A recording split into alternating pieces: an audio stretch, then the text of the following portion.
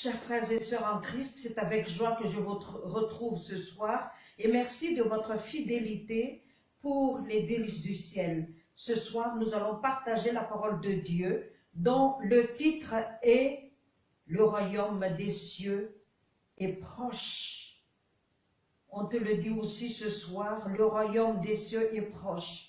Pour cela, Jésus nous appelle, comme la chanson qui va suivre.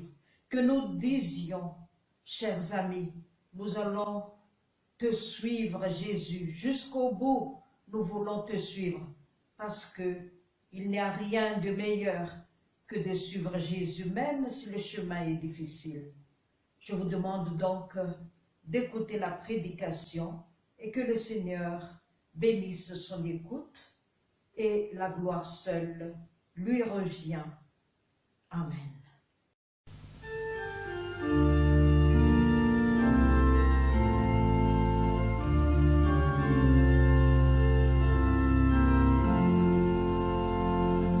La voix du Seigneur m'appelle, prends ta croix et viens, suis-moi.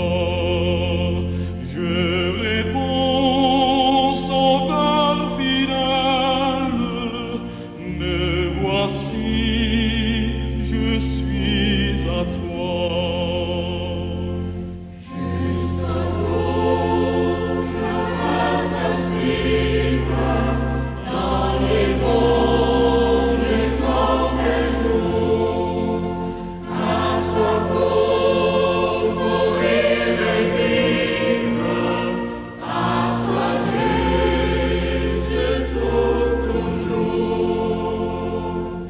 Mais le chemin du calvaire est étroit et périlleux.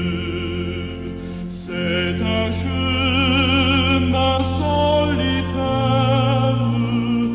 difficile et ténébreux.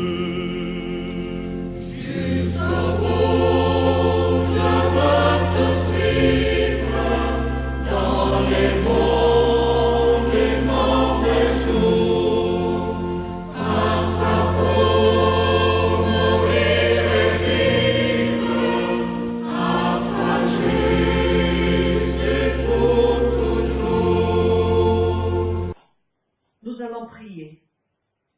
Seigneur Jésus, merci pour ta bonté, ton amour pour nous. Tu es ému de compassion pour nous. Et ce soir encore, tu nous appelles parce que tu nous aimes.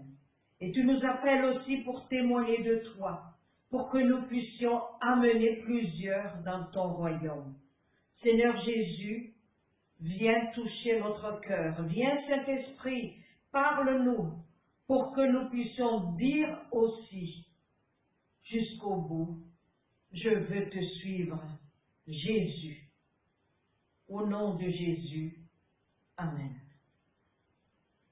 La parole de Dieu que nous allons partager se trouve dans l'Évangile selon Matthieu, chapitre 9, verset 36, puis nous continuons chapitre 10 jusqu'au verset 7, au nom de Jésus. Voyant la foule, il fut ému de compassion pour elle, parce qu'elle était languissante et abattue, comme des brebis qui n'ont point de berger. Alors il dit à ses disciples, « La moisson est grande, mais il y a peu d'ouvriers. Priez donc le maître de la moisson d'envoyer des ouvriers dans sa moisson. » Puis, ayant appelé ses 12 disciples, il leur donna le pouvoir de chasser les esprits impurs et de guérir toute maladie et toute infirmité. Voici les noms des 12 apôtres. Le premier, Simon appelé Pierre, et André son frère, Jacques fils de Zébédée, et Barthélemy, Thomas et Matthieu le publicain, Jacques fils d'Alphée et Thaddée, Simon le Cananite et Judas l'Iscariote, celui qui livra Jésus. Tels sont les 12 que Jésus envoya après leur avoir donné les instructions suivantes. N'allez pas vers les païens et n'entrez pas dans les villes des Samaritains. Allez plutôt vers les brebis perdues de la maison d'Israël. Allez, prêchez et dites, le royaume des cieux est proche. Amen. Père céleste, sanctifie-nous par ta vérité. Ta parole est la vérité. Amen. Allez, prêchez et dites, le royaume des cieux est proche. Le royaume des cieux est proche. C'est le titre de la prédication que Jésus a demandé à ses disciples de développer. Jésus lui-même, au début de son ministère, a fait cette prédication. Répentez-vous, car le royaume des cieux ou le royaume de Dieu est proche. Il en est de même pour Jean-Baptiste, qui n'a pas arrêté de prêcher. Répentez-vous, parce que le royaume de Dieu est proche. C'est quoi le royaume des dieux ou le royaume des cieux, chers amis? Comme le nom l'indique, c'est un royaume, donc c'est un gouvernement, où il y a un roi qui le préside. Et c'est qui le roi dans le royaume des cieux? C'est Dieu, le Père, le Fils et le Saint-Esprit. Et c'est qui le peuple dans ce royaume de Dieu? C'est les anges qui servent Dieu. C'est aussi toi et moi qui croyons en Jésus. C'est nous qui sommes nés de nouveau. Parce que Jésus a dit à Nicodème, celui qui naît de la chair est chair, mais celui qui est né de l'esprit est esprit. Nul ne peut entrer au royaume de Dieu sans avoir été né de nouveau au préalable. Une nouvelle naissance par le baptême, parce que nous sommes morts, ensevelis avec Christ et ressuscités avec lui. Nous avons la nouvelle créature. Et ceux qui croient en Jésus à la vie éternelle. La vie éternelle est aussi synonyme du royaume de Dieu, parce que c'est une vie qui dure à jamais. C'est la vie, contrairement aux enfers ou aux ténèbres. Le royaume de Dieu, c'est la vie. Et ceux qui ont aussi cette vie éternelle, ce sont ceux qui mangent le corps de Jésus. Il disait, celui qui mange mon corps et boit mon sang a la vie éternelle, et je le ressusciterai à la fin. Voilà le peuple de ce royaume de Dieu. Mais ce royaume de Dieu, c'est aussi Jésus lui-même. Et il disait dans son enseignement, ne dites pas que le royaume de Dieu ou le royaume des cieux est ici ou là, mais le royaume de Dieu est en vous. Oui, chers amis, parce que le royaume de Dieu, c'est Jésus lui-même. Et Luther disait, là où il y a la foi, il y a Jésus.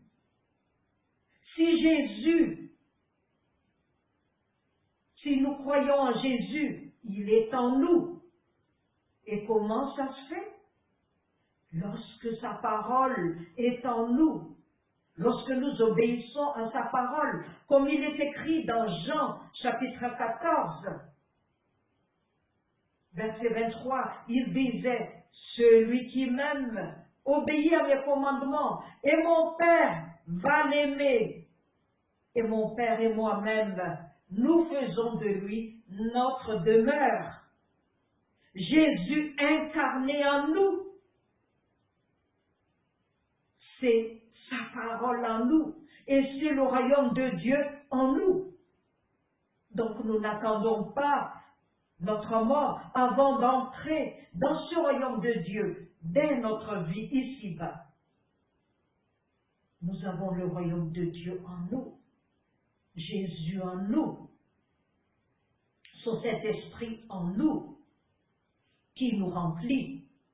Et pourquoi Jésus et Jean-Baptiste enseignent-ils? Répondez-vous, parce que le royaume de Dieu est proche, parce que la repentance, c'est notre passeport pour pouvoir entrer au ciel, parce que le salut est déjà fait, certes, mais comme nous sommes des hommes, nous n'arrêtons pas de pécher.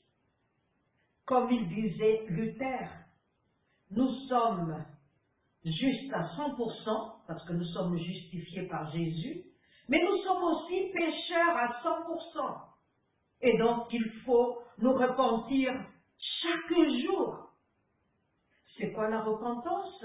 La repentance, c'est de revenir vers Dieu, d'abandonner le péché et d'avoir le pardon de notre péché. C'est quoi le péché? Le péché, c'est la transgression du commandement de Dieu. C'est la séparation avec Dieu. Et le salaire du péché, c'est la mort. Dans notre vie actuelle, nous minimisons le péché. Nous jouons avec le péché, avec facilité. Et nous ne pensons pas que c'est grave. Je me rappelle un jour, il y avait un petit enfant qui avait eu une petite lésion au niveau de son avant-bras. Et il se grattait au niveau de l'avant-bras, au niveau de cette lésion. Et la plaie était devenue de plus en plus importante. Et comme l'enfant n'était pas soigné, et comme il y avait des microbes là-dessus, la plaie a touché à l'os. L'enfant a eu ce qu'on appelle l'osmyolite, l'ostéite, et on a dû couper entièrement l'avant-bras. C'est ça aussi le péché, chers amis. Nous le minimisons et nous pensons que c'est rien du tout. Et pourtant, ça entraîne la mort éternelle. C'est comme le cancer, ça entre, mais après, ça va développer dans tout le corps avec des métastases. Et ça entraîne la mort. Et c'est pourquoi il nous faut nous repentir chaque jour.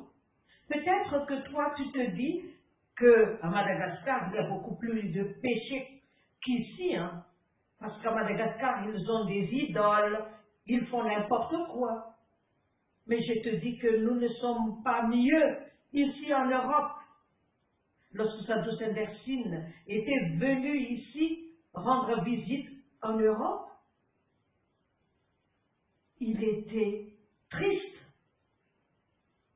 Parce qu'il disait que les Européens vont mourir dans leur plaisir, dans leur péché, parce qu'ils s'habituent dans leur confort.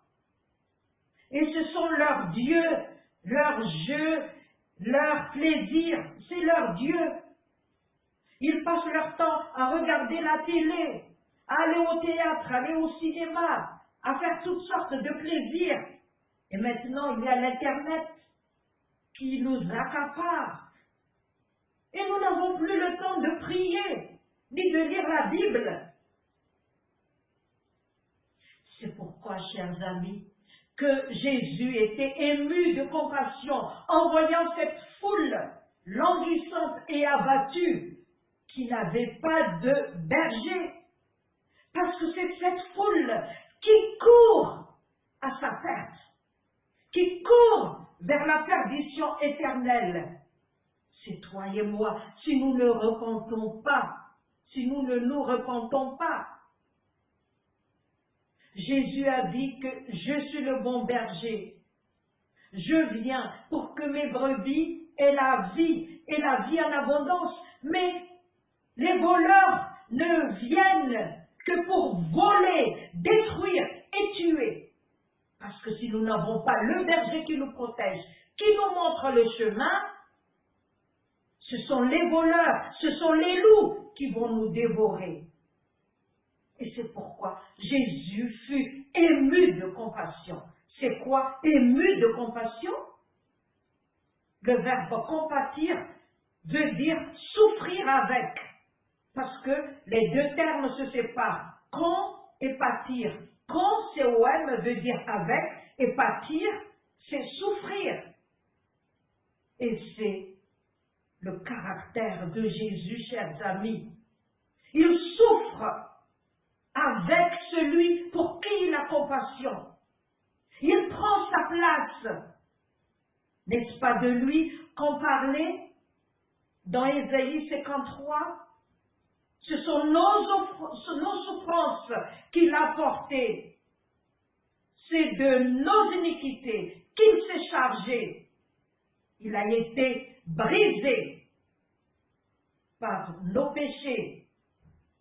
Et ce sont ces meurtrissures, par ces meurtrissures que nous étions guéris.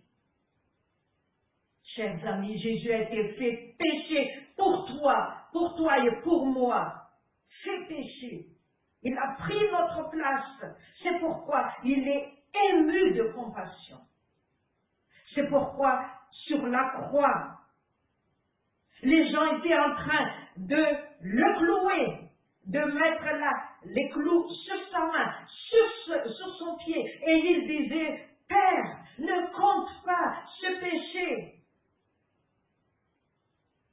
Les gens étaient en train de mettre l'épée dans son cœur. Et il disait, pardonne-les. Ils ne savent pas ce qu'ils font. Voilà le cœur de Jésus. Il prend notre place vers la perdition, et il en souffre. Il a pitié de toi et moi.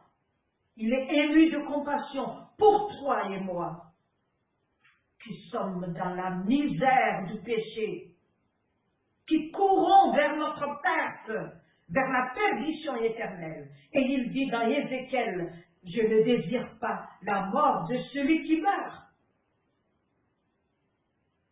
mais convertissez et vivez. Et il disait, il n'y a pas plus de joie au ciel que pour un pécheur, un seul pécheur qui se répand. Chers amis, Jésus nous aime tellement. C'est à cause de son amour qu'il est ému de compassion pour nous. Et être ému de compassion, c'est vraiment avoir mal dans son fort intérieur, dans son ventre, dans ses entrailles, être ébranlé jusqu'au profond de lui-même. Et c'est pourquoi Jésus nous appelle ce soir, pour que nous revenions à lui, pour que nous nous repentions, pour que nous ayons la vie éternelle, pour que nous entrions dans ce royaume, pour que nous soyons comptés parmi les siens, pour que nous soyons ses cohéritiers et enfants de Dieu. Mais il nous appelle aussi, comme ses 12 disciples, pour être ses représentants. Parce qu'il n'est plus ici en ce moment. Il est assis à la droite de son Père. Et il veut que toi et moi, qui l'avons connu, qui avons goûter à sa bonté. Il veut que nous soyons ses disciples pour annoncer la bonne nouvelle autour de nous. Il a dit, n'entrez pas dans les villes des Samaritains, n'allez pas vers les païens, allez plutôt vers les brebis perdues de la maison d'Israël. Ça veut dire que commencez à Jérusalem. Commencez à rendre un témoignage autour de vous, dans votre foyer, dans votre école, dans votre travail. Commencez. Il nous appelle, chers amis. C'est lui qui nous appelle, comme il est dit dans Jean 15. C'est pas vous qui m'avez choisi, c'est moi qui vous ai choisi. Et je vous ai établi pour que vous alliez et que vous portiez du fruit. Et il veut que nous soyons ses sarments. C'est lui la vigne et nous sommes les sarments pour que la sève qui coule en lui coule en nous aussi. Et il nous donne autorité, le pouvoir de chasser les démons et de guérir les malades. C'est lui qui dit que j'ai vu Satan tomber du ciel comme l'éclair, mais je vous ai donné le pouvoir de marcher sur le serpent et le scorpion et sur la puissance de l'ennemi. Et rien ne peut vous nuire. C'est lui qui nous dit, celui qui croit en moi, il fera aussi les œuvres que moi j'ai faites. Et il fera même de plus grandes, parce que moi je vais au Père. Chers amis, il nous appelle ce soir. Ne négligeons pas ce grand amour. Venons à lui. Et n'ayons pas peur. C'est vrai qu'il y a beaucoup d'ennemis. L'ennemi, le premier, c'est le diable qui nous décourage, qui veut que nous allions en enfer, que nous n'entrions pas dans ce royaume. Il y a aussi les autres qui vont nous persécuter. Peut-être que nous serons comme ses disciples qui ont été tous, presque tous des martyrs, sauf Jean qui a mouru lorsqu'il était vieux. Peut-être que nous soyons des martyrs comme Rassalam et les autres. Mais n'ayons pas peur, parce que nous avons la vie en nous.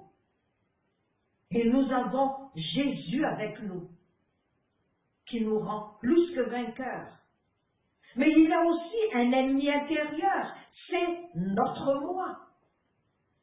Il faut que nous détruisions ce moi. Il faut que nous disions, comme Jean qui dit, il faut qu'il croisse en parlant de Jésus, et que moi je diminue. Il faut que nous diminuions, que notre moi diminue chaque jour, pour que nous puissions dire, comme Paul, que si je vis, ce n'est plus moi qui vis, c'est Jésus qui vit en moi. Et à ce moment-là, chers amis, ta volonté, ce n'est plus la tienne, c'est celle de Jésus. Ta vie, ce n'est plus la tienne, c'est celle de Jésus. Ta pensée, ce n'est plus la tienne, c'est celle de Jésus. Et ton cœur bat avec celui de Jésus. Et ta pensée est celui de Jésus. Et c'est ainsi que tu pourras porter de fruits. C'est ainsi que tu seras la lumière, le ciel autour de toi. Alors, toi qui as reçu gratuitement, partage gratuitement. Les ténèbres sont autour de toi, mais c'est toi pour lequel Pierre disait, vous êtes un peuple élu, une race élue, un sacerdoce royal, une nation choisie, un peuple acquis, pour que vous annonciez la vertu de celui qui vous a délivré des ténèbres à la lumière. C'est toi et moi qui étions délivrés des ténèbres pour aller à la lumière, alors répandons la lumière autour de nous. Pourquoi Jésus disait aussi de prêcher que le royaume de Dieu est proche? Parce que ça veut dire que Jésus va revenir bientôt. Et nous voyons déjà les signes, chers amis. Il va revenir bientôt. Son royaume est proche. C'est-à-dire que le jugement dernier va venir. En ce temps-là, il n'y aura plus de repentance possible. Il n'y aura plus de pardon. Il n'y aura plus de compassion. C'est le vrai jugement. Alors, pendant qu'il est temps, pendant que nous ne disons pas encore que je ne veux pas vivre ce temps-là, réveillons-nous, prêchons la bonne nouvelle et repentons-nous, gardons-nous de pécher, gardons-nous de faire du mal, faisons la volonté de Dieu, suivons-le, parce que le temps est proche, rachetons le temps pour proclamer la bonne nouvelle autour de nous. Et n'ayons pas peur. Celui qui nous dit que je suis avec vous jusqu'à la fin des temps ne ment pas. Il est avec nous. Et ses œuvres, c'est lui qui garantit qu'il va les accomplir par notre intermédiaire. À lui seul soit la gloire pour les siècles des siècles. Amen. Nous allons prier. Seigneur Jésus, merci pour ta parole. Notre vœu le plus sincère, c'est de te suivre pour que nous puissions avoir la vie éternelle, pour que nous puissions entrer dans ton royaume et que nous puissions amener aussi une multitude dans ton royaume, Seigneur Jésus. Sois avec nous et rends-nous victorieux, Seigneur. À toi seul soit la gloire. Amen. Il faut qu'il